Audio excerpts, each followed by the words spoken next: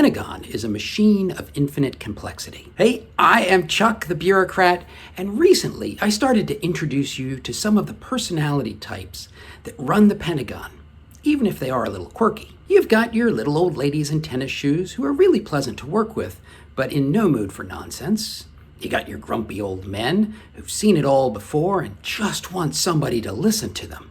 Now, not everybody who works at the Pentagon is old.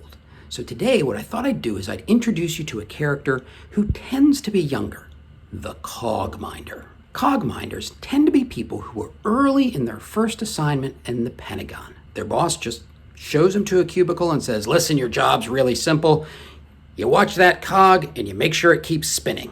And so they come in every day, they sit at their desk, and they just watch that little cog spin. Seems kind of easy, maybe even boring. But they didn't know what to expect from government work, and this seems like what they saw in the movies.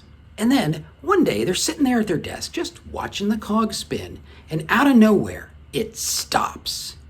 For 17 panicked minutes, nothing happens, and then the cog starts spinning again, like nothing ever happened. And now this gets the Cog Minder really worried. I mean, his boss said, just watch the cog and make sure it keeps spinning. I mean, is the cog broken? Has it been stopping when he wasn't looking? And more importantly, does his boss know that this is happening? So now he really starts paying attention. Time goes by and yep, the cog stops spinning. But this time he's ready. He's got his stapler there. He gives it a little tap and it starts spinning again. But it's not long before it stops again. So this time he just kind of whacks it harder. And this time it spins a couple of turns and stops. So he just hammers it. In the Pentagon, like the rest of the world, everything is connected to everything else. And those components work together as parts of a whole. In this parable of the Cog Minder, that cog that he's watching, well, it's mounted on a shaft. And on that shaft, there's other cogs. And they're all driven by a spring that occasionally has to be tightened. And when the spring gets tightened, the shaft has to stop spinning. Since the Cog Minder doesn't understand these connections, they fight the normal functioning of the machine, and they risk damaging it. Now, like most people, the Cog Minder does not have bad intent. He doesn't want to break things. In fact, what he wants to do is a good job. So how do we overcome this? Well, first of all, over time, most Cog Minders figure out how the system works on their own.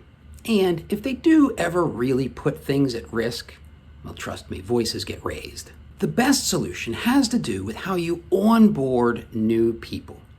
Show them how the system works and how their little piece of the system fits into the whole. Make sure that they get to know the people who work close to their cog, and most importantly, help them understand how what they're doing contributes to the larger success of the goals of their senior rater. If you're new and your boss doesn't explain things, just ask, why? Why? Now be prepared that a lot of people aren't going to know the answer to that question. And just repeating why to people who don't know is just going to frustrate them. But if you get out there and you start talking to other people, you will find people who know the answers, and they'll explain it to you. And lastly, if you bump into a Cog Minder in the wild, have a little patience. Explain to them how things work. Introduce them to people who affect what they do. Now, go watch this video to see how well-intentioned people can complicate the process, even as they attempt to improve it.